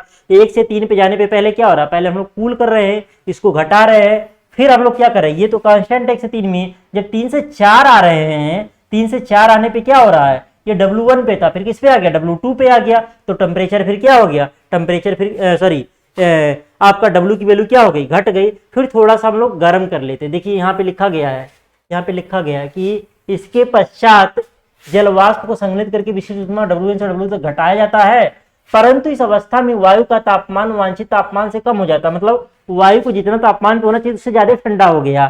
फिर क्या कर लेते हैं, अतः वायु का ये तापन करके वांछित अवस्था प्राप्त कर लेते हैं, मतलब जिस टेम्परेचर को हमको गेन करना रहता है, थोड़ा सा हम लोग क्या कर लेते हैं, सेंसिबल हीटिंग करके वो टेम्परेचर पार कर लेंगे। मान लीजिए हमको टेम्परेचर पाना है 16 डिग्री सेल्सियस का, हम लोग जब ये प्रोसेस किए, ये प्रोसेस के बाद जब 3 से 4 पे आए, 3 से 4 पे आए, तो W की वैल्यू जो घटा रहे थे, टेम्परेचर भी आपका क्या हो गया, घट गया। तो इस दौरान मान लीजिए टेम्परेचर आ गया 10 डिग्री सेल्सियस, फिर थोड़ा सा गर्म करके उसको किस पे लेते आएंगे, 16 पे लेते आएंगे। किस पे लेते आएंगे, 16 पे लेते आएंगे। तो ये कठिन नहीं है बहुत, चाहेंगे इसको भी अपनी लिख लेंगे। 1 से हम लोग किस पे गए, 1 से 3 पे गए, डीबीटी आपका कांस्टेंट, W की वैल्यू कांस्टेंट है, डीबीटी आपका घट रहा है। फिर 3 से 4 आए, 3 से 4 में चाहे तो आप 1 2 3 4 भी नाम दे सकते हैं, लेकिन फाइनल इस वजह से 1 3 4 दे दिया गया है, जिससे हमारा फाइनल लास्ट में 1 से 2 हमको दिखे। फिर 3 से 4 में क्या हो रहा है, 3 से 4 में आपका W क्या हो रहा है, W घट रहा है, W क्या हो रहा है, घट रहा है। W के घटने के साथ साथ आपका क्या हो गया, और ठंडा हो गया, ड्राई बल्ब टेम्परेचर भी क्या हो गया, घट गया। उसके बाद फिर क्या कर लेंगे, फिर इसको थोड़ा सा और गर्म कर लेंगे, तो फाइनली यहाँ से यहाँ पहुंच गए। तो अगर आपको कठिन लगता है तो आप सिंपली यही वाला लिखिएगा जो पीछे समझाया गया है, जो पीछे समझाया गया। पीछे क्या समझाया गया था, ये वाला cooling and dehumidification, cooling and dehumidification ये वाला था आपका, ओजी वाला, ये वाला थर्ड वाला जो है, कौन सा थर्ड वाला, ये वाला, यही वाला ओजी वाला। इसी को बना करके उसके बाद से में लिख लेंगे। चलिए ये हो गया समर एसी, ये क्या हो गया, ये आपका विंटर एसी है। विंटर एसी में क्या होता है, एयर ठंडा होगा, हम लोग उसको गर्म करेंगे, और क्या होगा, ड्राई होता है। ठंडक के मौसम में वायु बहुत शुष्क होती है, ठंडी के मौसम में हमारे चेहरे वगैरह रूखे हो जाते हैं, मॉइस्चराइजिंग क्रीम का हम लोग यूज करते हैं। क्यों, क्योंकि एयर में ह्यूमिडिटी रेशियो की वैल्यू घट जाती है या आर्द्रता घट जाती है। तो एक तरीके से हमारे ये जो आर्द्रता होती है लुब्रिकेंट की तरह काम करता है, हमारे शरीर के रूखेपन को क्या करता है, गायब कर देता है। देखे हैं कि बरसात के मौसम में किसी को रूखापन महसूस हो, हमेशा शरीर क्या होता है, चिपचिपा होता है। लेकिन इसमें क्या होता है, आपने बताया था ना कि अगर W की वैल्यू कम हो जाए तब भी दिक्कत, ज्यादा हो जाए तब भी दिक्कत। इसी तरह हम लोग क्या करते हैं, शुष्क हो जाती है तो हम नमी बढ़ाएंगे, वायु में क्या करेंगे, नमी बढ़ाएंगे। तो यह प्रकृति सामान्यतः शरद ऋतु में यानी कि ठंडक के ऋतु में वातानुकूलन हेतु वायु को गर्म करने तथा आर्द्रीकरण करने में प्रयोग की जाती है। देखिए चित्र में इसको 1 3 तक गर्म किया जाता है, चित्र में क्या किया गया है, 1 से 3 तक गर्म किया जाता है। इसके बाद वायु का आर्द्रीकरण हेतु पानी की फुहार से गुजारा जाता है। वही पानी की फुहार से क्या हो रहा है, वायु गुजारा जा रहा है। पहले क्या किया रहा है, पहले गर्म किया गया, फिर वायु की फुहार से क्या किया जा रहा है, गुजारा जा रहा है, जिसके 3 2 के अनुसार आर्द्रीकरण होता है। फिर 3 2 के अनुसार क्या होता है, आर्द्रीकरण होता है। साइकोमेट्रिक चार्ट देखें, 1 3 3 2 2 चरणों में कर, तो फाइनली क्या होगा, फाइनली 1 से 2 होगा। फाइनली क्या हो गया, 1 से 2, क्योंकि 1 से 2 में गर्म भी हो रहा है और ह्यूमिडिफिकेशन भी हो रहा है। पहला वाला हीटिंग एंड ह्यूमिडिफिकेशन, यही काम किसमें होता है, ठंडक के मौसम में आपका होता है। तो ये चीज आपका हो गया। तो आप सिंपली ये वाला डायग्राम बना सकते हैं, ये वाला डायग्राम आप सिंपली बना सकते हैं एग्जाम में, कोई दिक्कत नहीं है। ये फाइनल है, लेकिन ये प्रोसेस है, कैसे हुआ ये है, फाइनल क्या प्राप्त हुआ, ये फाइनल प्राप्त हुआ, 1 से 2 ये फाइनल प्राप्त है, लेकिन कैसे हुआ ये चीज, ये है। पहले हम लोग क्या करेंगे, पहले हम लोग गर्म करते हैं और फिर उसका क्या करेंगे, डब्ल्यू बढ़ाएंगे, एक बार में एक ही प्रोसेस कर रहे हैं, लेकिन फाइनली हमारा ये प्राप्त हो गया। क्लियर। तो चाहे एग्जाम में आप इसी को बना करके लिख सकते हैं। अब बाईपास फैक्टर अगला क्या है, बाईपास फैक्टर है। यहाँ यह ध्यान देने योग्य है कि जब वायु कॉइल के ऊपर से गुजरती है तो कुछ वायु माना x kg, जो वायु थी उसका x kg बिना प्रभावित हुए सीधे निकल जाती है। जो वायु गुजरती है, जैसे ये एक पाइप है, यहाँ पे एक पाइप दिखाया गया है, यहाँ पे एक हीटिंग कॉइल है, ये क्या है, हीटिंग कॉइल है, हीटिंग कॉइल है। अब यहाँ से क्या हो रही है, यहाँ से वायु आ रही है, यहाँ से वायु आ रही है, वायु का मास m0 है, टेम्परेचर T0 है, और ये W क्या है,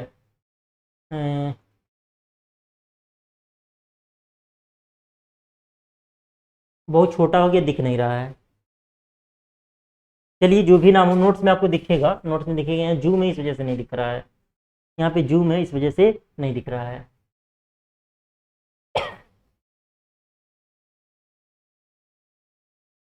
तो जो कहने का मतलब, जो वायु यहाँ पे प्रवेश कर रही है, कुछ वायु तो सीधे निकल जाएगी, कुछ वायु इसके कांटेक्ट में आएगी नहीं, सीधे निकल जाएगी। जो वायु आ रही है, मान लिया 1 kg वायु था, 1 kg वायु प्रवेश कर रही थी, इसमें से x kg वायु क्या हो रही है, x kg वायु जो है, एयर जो है वो सीधी चली जा रही है। वो कैसे चली जा रही है, सीधी, मतलब वो सीधी चली जा रही है। क्या कर रहा है, यहाँ ये ध्यान देने योग्य है कि जब वायु कॉइल के ऊपर गुजरती है तो कुछ वायु माना x kg बिना प्रभावित हुए सीधी निकल जाती है, केवल 1 - x kg। तो जब x kg निकल गया सीधे तो बचा कितना, 1 - x kg बचा। केवल 1 - x kg ही कॉइल के सीधे संपर्क में आती है। इस प्रकार बाईपास होने वाली वायु की मात्रा कॉइल की बनावट तथा वायु की यह बाईपास गति पर निर्भर करती है। देखिए, जिसे कभी आप बस से सफर किए होंगे, जैसे मान लीजिए आपको जाना है गोरखपुर से, जान लीजिए जाना है लखनऊ, गोरखपुर से जाना है लखनऊ जाना है, या गोरखपुर से जाना मान लीजिए फैजाबाद, गोरखपुर से अयोध्या, अयोध्या जाना, मान लीजिए गोरखपुर से 100 बस डेली जाती है या 50 बस डेली जाती है अयोध्या। तो कुछ बस क्या होगा, कुछ बस गोरखपुर से जाते समय बस्ती शहर के अंदर से जाएगी, और कुछ बस क्या होगी, बाईपास होते हुए निकल जाएगी फैजाबाद। समझ रहे हैं? तो जो बाईपास होते हुए निकल जा रही है उसका बस्ती पे कोई फर्क पड़ेगा, बस्ती पे कोई प्रभाव डालेगा, वो नहीं डालेगा, न वहां सवारी बैठेंगी न सवारी उतरेंगी। तो वो क्या हो रहा है, वो बस्ती शहर से प्रभावित नहीं हो रहा है। वही चीज यहाँ पे हो रहा है, जो एयर जा रही है इसके अंदर, उसमें से क्या हो रहा है, मान लीजिए 1 kg एयर जा रही है, तो x kg क्या हुआ, x kg सीधे निकल गया, x kg सीधे निकल गया, वो कॉइल से प्रभावित नहीं हुआ, तो बचा कितना, 1 - x kg। तो 1 - x kg जो है वो कॉइल से क्या हो रहा है, कॉइल के सीधे संपर्क में आ रहा है, यानी वो शहर के अंदर से जा रहा है। इस प्रकार बाईपास होने वाली वायु की मात्रा कॉइल की बनावट तथा वायु की या बाईपास गति पर निर्भर करती है। अब वायु की यह बाईपास क्रिया बाईपास फैक्टर द्वारा देखी है, मतलब वायु की जो ये बाईपास क्रिया हो रही है, जो सीधे निकल जा रही है, कॉइल से टकरा नहीं रही है, यही क्रिया बाईपास फैक्टर द्वारा व्यक्त किया जाता है। कॉइल में वायु की एंथैल्पी तथा निकास पर वायु की एंथैल्पी को बराबर रखने पर, कॉइल में वायु की एंथैल्पी तथा निकास पर वायु की एंथैल्पी को बराबर रखने पे क्या होगा, जैसे आया x, जैसे mc/dt, जैसे mcp/dt होता है dh की वैल्यू, किसकी वैल्यू होता है, dh की value, mcp change in enthalpy, तो एंथैल्पी क्या होगा, एक तरीके से mct होगा, क्या होगा, mct होगा। तो प्रवेश पर टेम्परेचर क्या है, T0 या T0 बोलते हैं, तो क्या हो गया, और देखिए x kg क्या हो रहा है, x kg बाईपास हो जा रहा है, तो वो क्या हो गया, m की जगह पे x आ गया, यहाँ पे c की जगह पे cpm लिखा हुआ है। cpm क्या है, विशिष्ट आर्द्र ऊष्मा है, क्या है, विशिष्ट आर्द्र ऊष्मा, cp का नाम है। और यहाँ पे क्या हो गया, टेम्परेचर टी नॉट हो गया। ये हो गया जो सीधी निकल गई, प्लस ये प्रवेश की बात हो रही है, प्रवेश और निकास की बात हो रही है। और क्या हो रहा, मतलब यहाँ जो गुजर रही है यहाँ से एक तरीके से, और बचा कि 1 माइनस 6 kg बचा। ये जो क्वाइल से प्रभावित हो रही है ये सीपीएम ही रहेगा, और जब प्रभावित होने के बाद टेम्परेचर क्या हो जा रहा है, टीएस हो जा रहा है। क्वाइल का टेम्परेचर क्या है, टीएस, ये टीएस।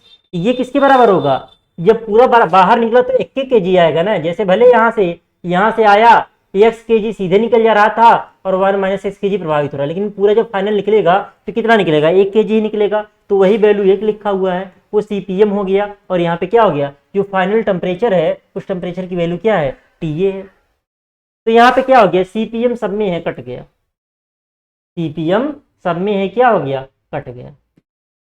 अब यहाँ पे क्या हो गया, x T nought minus X T S minus X T S. यहाँ पे जो टेम्परेचर है ये क्या है, ये टी एस है, बराबर क्या हो गया, टी ए हो गया। तो यहाँ से आ गया x T nought minus T S, x का मतलब बराबर T A minus T S.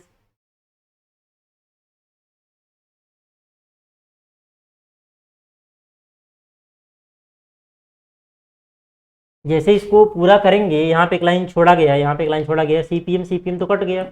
यहाँ पे एक लाइन बीच में क्या रहेगा, x T not plus CPM T S minus x, नहीं माइनस टी एस, और इसका इसमें गुणा होगा plus T S minus X T S और बराबर टी ए।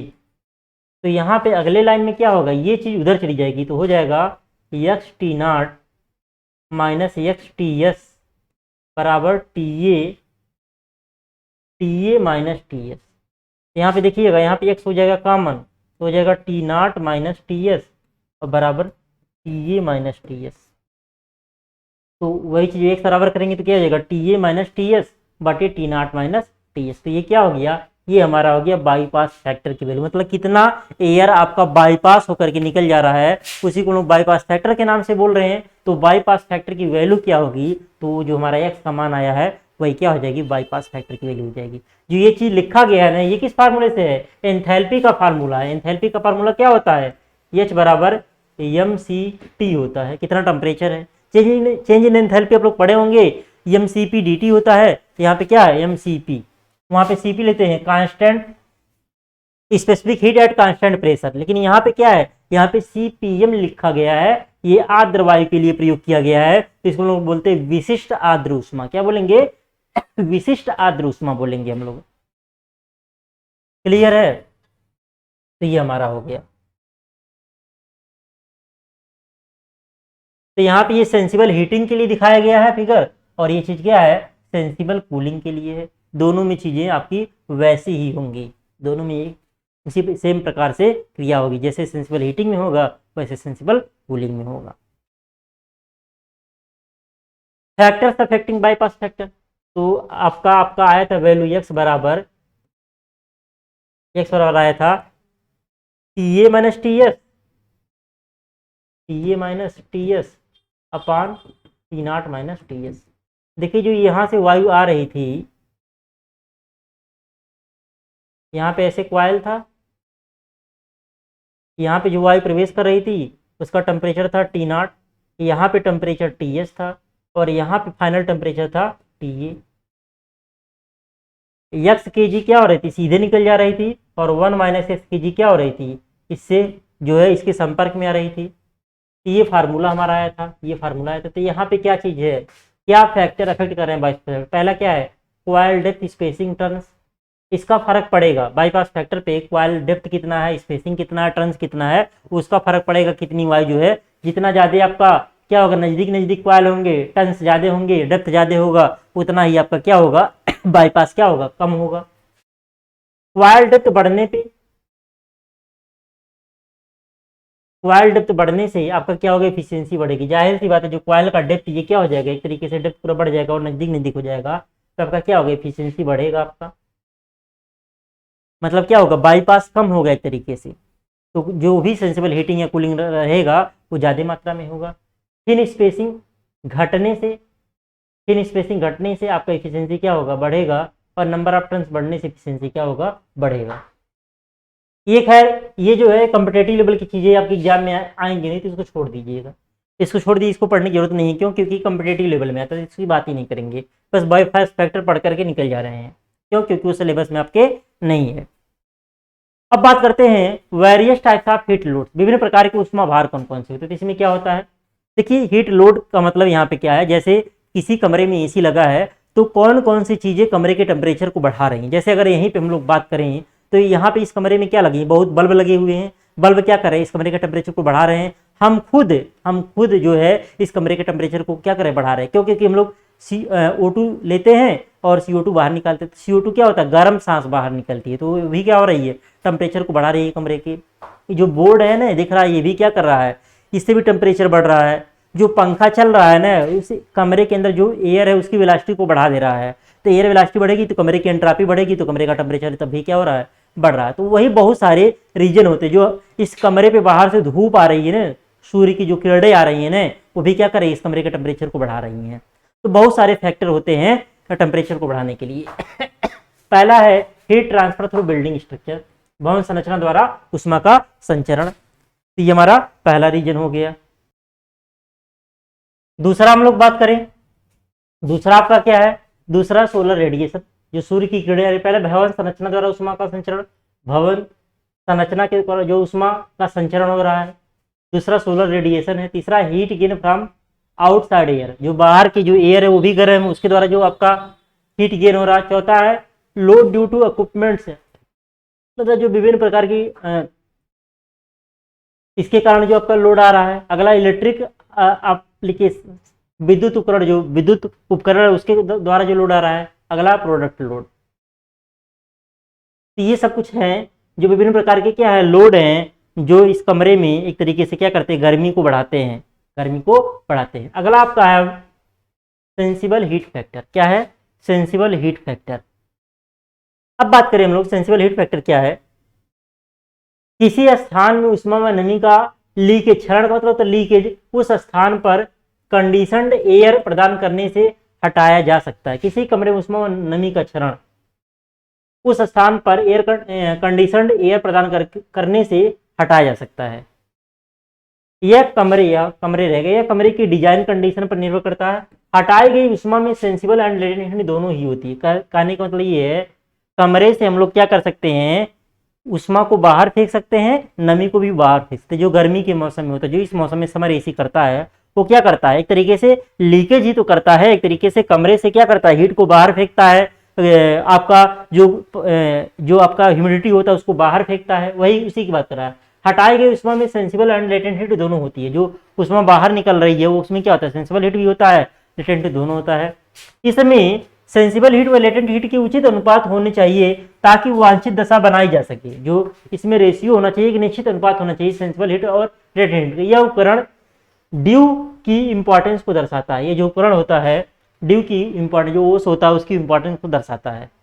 यह उस कंडीशन लाइन पर पड़ता है जो कि ओसांक व room design condition state point को मिलती है।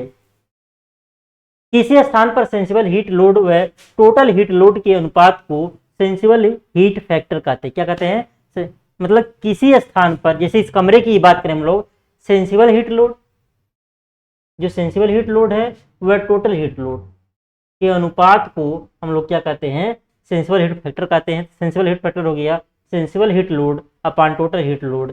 सेंसिबल हीट बटे जो सेंसिबल हीट लोड होता है वो क्या होता है, सेंसिबल हीट और लेटेंट हीट के योगफल के बराबर होता है।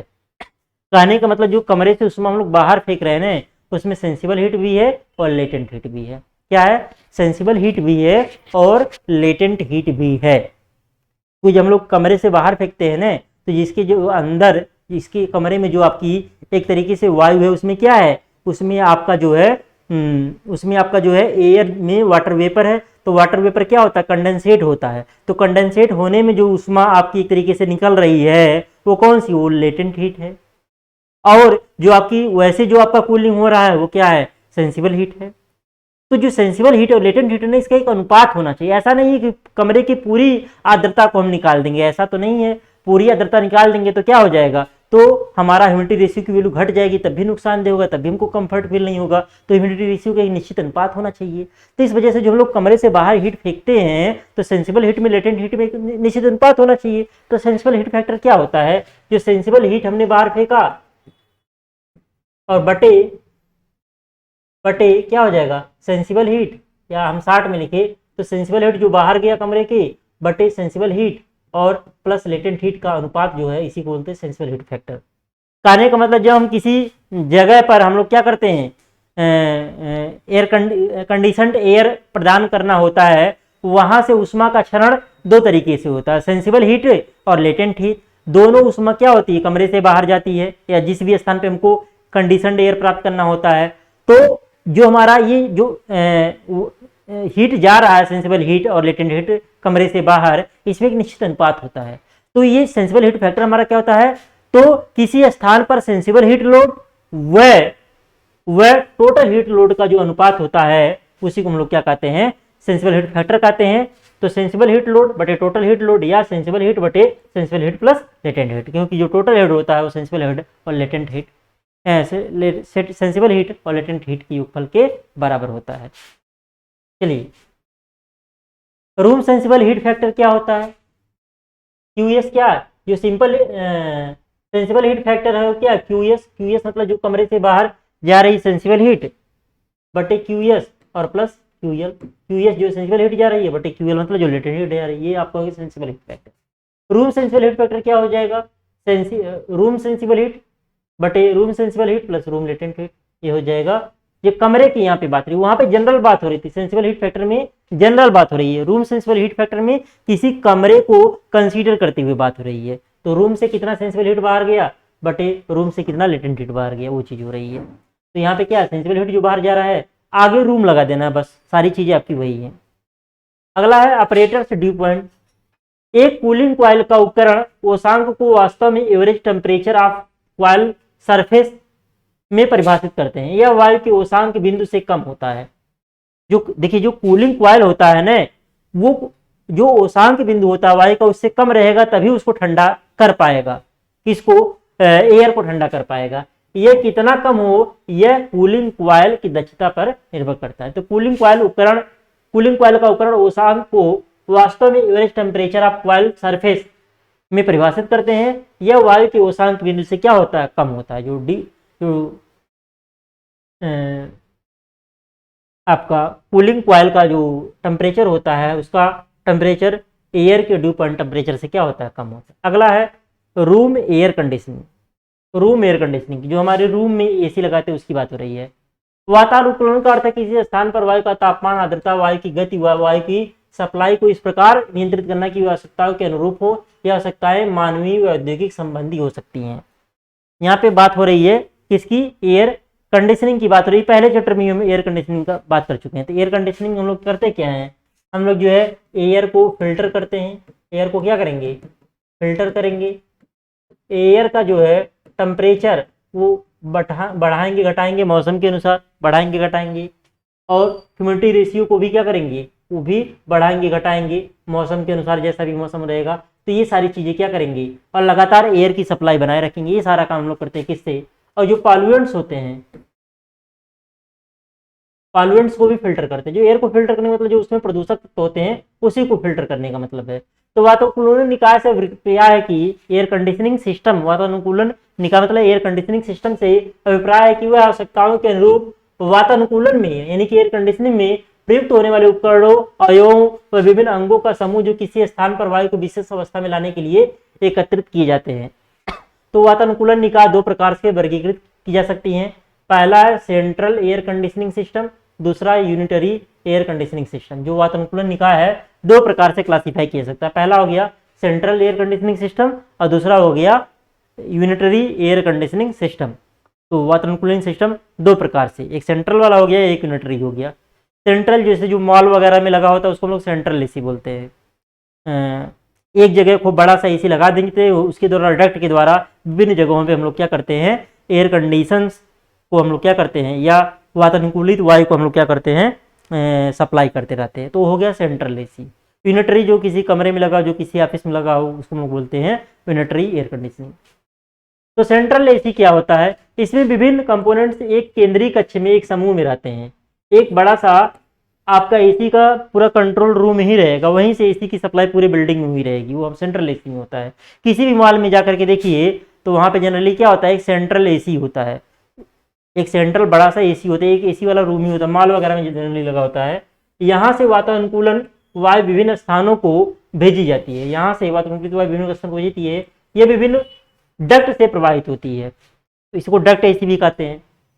यह निकाय 25 टन से अधिक क्षमता के लिए काम में लाया जाता है। 25 टन से अधिक क्षमता के लिए हम लोग जो है जनरली सेंट्रल एसी का यूज करते हैं। इसमें निम्नलिखित अवयव संयोजित होते हैं। पहला के चिल्ड वाटर या प्रशीतक के सीधे प्रसार के लिए कूलिंग या निरार्द्रीकरण कॉइल, कूलिंग कॉइल होता है। दूसरा ताप कॉइल, जिसमें भाप या गर्म पानी प्रवाहित किया जाता है। कूलिंग कॉइल गर्मी के मौसम में, और आपका ये हीटिंग कॉइल जो है ठंडक के मौसम में। ब्लोअर व चलाने के लिए इसके मोटर। चौथा हो गया शीतलन व निरार्द्रीकरण, डिह्यूमिडिफिकेशन या वायु धावन यानी कि एयर वॉशिंग के लिए फुहारे, एयर वॉशिंग के लिए फुहारे जो बताते थे ना, ह्यूमिडिटी की मात्रा को बढ़ाने के लिए, तो फुहारे, ये मुख्य भाग होते हैं। जो पांचवा हो गया वायु सफाई उपकरण, जैसे फिल्टर, इलेक्ट्रिक मोटर्स और ऑडोर हटाने के लिए उपकरण आदि, मतलब जो गंध वगैरह है उसको भी एक तरीके से, जैसे वायु में बदबू ही है उसको भी कंट्रोल करता है, उसको भी अंदर नहीं आने देगा। विभिन्न प्रकार के नियंत्रण युक्तियां यह चित्र में दिखाई गई हैं। फ्रेश एयर वेंटिलेशन से जा रहा है, यही चित्र में दिखाया गया है। इसमें सेंट्रल एयर को सप्लाई करने के लिए निम्नलिखित विधियां काम में लाई जाती हैं। वायु केंद्रीय कक्ष में कंडीशनड की जाती है, वह व्यक्तिगत प्रवाह नियंत्रण के द्वारा विभिन्न कक्षों में प्रदान की जाती है। तो यहाँ पे क्या हुआ, फ्रेश एयर जा रहा है, कंडीशनड किया जा रहा है, विभिन्न कमरों में क्या किया जाएगा, भेजा जाएगा वायु। केंद्रीय वातानुकूलन में पानी में द्रुत चिलिंग यानी कि फास्ट चिलिंग होती है, वह यूनिटरी प्रवाह नियंत्रण के द्वारा विभिन्न कमरों में यह चिल्ड वाटर भेज दिया जाता है। प्रत्येक कमरे में इंडिविजुअल वाष्पित्र लगे होते हैं, हर एक कमरे में अलग अलग क्या लगा रहेगा, इवेपोरेटर लगा रहेगा। इसके साथ थर्मोस्टैटिक फ्लो कंट्रोल या प्रत्यक्ष डायरेक्ट एक्सपेंशन सिस्टम होते हैं। हर एक कमरे में अलग अलग इवेपोरेटर लगा रहेगा, तभी तो उस कमरे की गर्मी को खींचेगा। यूनिटरी में क्या होता है, इस प्रणाली में फैक्ट्री में तैयार किए गए यूनिटों की आवश्यकता के अनुसार स्थान में या स्थान के पास स्थापित कर दिया जाता है। ये सिस्टम ग्रीष्म ऋतु वातानुकूलन, शरद ऋतु वातानुकूलन तथा पूर्ण वर्ष के लिए वातानुकूलन के लिए प्रयोग में लाए जाते हैं। इस सिस्टम में प्रशीतन तंत्र शीतलन हेतु, तापन हेतु तापन कॉइल या तो भाप द्वारा या विद्युत हीटर द्वारा गर्म किया जाता है। कभी कभी उष्मा पंपों का भी प्रयोग किया जाता है, जिससे शीतलन तथा तापन दोनों प्रक्रियाएं की जा सकती हैं। ये दो प्रकार की हो सकती हैं, पहला पैकेज्ड एयर कंडीशनिंग, अगला हो गया room air conditioner window type. तो जो विंडो टाइप वगैरह एसी आता है, ये सब क्या होते हैं, ये सब यूनिटरी एयर कंडीशनिंग में आते हैं, या पैकेज्ड एयर कंडीशनिंग जो होते हैं ये यूनिटरी एयर कंडीशनिंग में आते हैं। ये हमारा हो गया सेंट्रल एयर कंडीशनिंग, जहाँ पे एक क्या रहेगा, कंट्रोल रूम रहेगा, वहीं से क्या रहेगा, वहीं से डक्ट द्वारा जो है हम लोग सप्लाई किए रहेंगे। यहाँ से आउटडोर से क्या हो रहा है, एयर आ रहा है। ये टर्न्स वेंस हैं, इसमें क्या लगा हुआ है, लपेटा गया है, कॉइल लपेटा गया है। और यहाँ पे क्या है, ये फिल्टर है, फिल्टर से फिल्टर होकर के आ रहा है। यहाँ पे प्री हीट हो रहा है, ये ह्यूमिडिफिकेशन के लिए चीज लगी हुई है। तो ये फिगर याद कर लीजिएगा, फिगर याद करके एक बार पढ़ लीजिएगा और अपनी भाषा में बना करके लिख लीजिएगा। एग्जाम में निबंधात्मक टाइप में आएगा कि सेंट्रल एसी का फिगर बना करके उसका वर्णन कीजिए। तो ये फिगर आप प्रैक्टिस करेंगे तो याद हो जाएगा, और प्रैक्टिस करने के बाद इसको अपनी भाषा में बना कर मेन है फिगर बनाना। फिगर बनाए रहेंगे तो अपनी भाषा में बना करके लिख देंगे। हम यहाँ पे इसको डिटेल में चर्चा नहीं कर रहे हैं, एग्जाम में आता है, लेकिन सेंट्रल एसी के बारे में एग्जाम में आ सकता है। ऐसे ही आपका रूम एयर कंडीशनर आ सकता है, विंडो टाइप, इसके बारे में भी एग्जाम में आ सकता है। तो इसका भी चित्र बना करके उसका वर्णन कर लेंगे। जो वो चीज़ें थी, जो थियोरेटिकल चीज़ें थी, मतलब जो कॉन्सेप्चुअल चीज़ें थी, वो हमने समझा दिया है। तो इसका ये दोनों जो आपका सेंट्रल एसी है या आपका जो रूम में एसी प्रयोग हो रहा है, विंडो टाइप है, इसका फिगर बना करके पढ़ेंगे। देखिए यहाँ पे दीवार बनाया गया है। दीवार में क्या होता है, जैसे तो आपका जो विंडो एसी होता है, कुछ भाग जो है आपका रूम से बाहर होता है। जैसे ये कंडेंसर वाला भाग है, कंडेंसर वाला भाग कहाँ है, रूम से बाहर होता है। इधर होता है वाय भाग, लिखा हुआ है ना, वाय भाग। और ये वाला क्या है, अंदर वाला भाग। दीवार के बाहर वाला भाग है, दीवार के अंदर वाला भाग है। दीवार के अंदर क्या है, इवोपरेटर कॉइल है, और यहाँ पे क्या है, कंडेंसर कॉइल है, और यहाँ पे देखिए मोटर वगैरह लगा हुआ है। तो फिगर एक बार प्रैक्टिस करके बना लेंगे और अपनी भी भाषा में बना करके एग्जाम में लिखने का प्रयास करेंगे। तो इसी के साथ आपका ये चैप्टर समाप्त होता है। इसके बाद एक चैप्टर और बचा हुआ है आपका आरएसी में, वो खत्म हो जाएगा तो आपका आरएसी कंप्लीटली समाप्त हो जाएगा। तो इसकी जो प्लेलिस्ट है ये यूट्यूब पे अवेलेबल है आरएसी नाम से, तो आप लोग सर्च करेंगे प्लेलिस्ट में जाकर के मिल जाएगा, वहाँ पे सीरियल वाइज वीडियो मिल जाएगा। बहुत कम वीडियोज में जो आपका सिलेबस, मतलब 15-16 वीडियोज में आपका सिलेबस कंप्लीटली समाप्त हो गया है। तो आप चाहेंगे तो एक सप्ताह लगेगा, आप आराम से एक एक दो दो चैप्टर एक दिन में पढ़ करके अपना सिलेबस कंप्लीट कर सकते हैं। चलिए, धन्यवाद।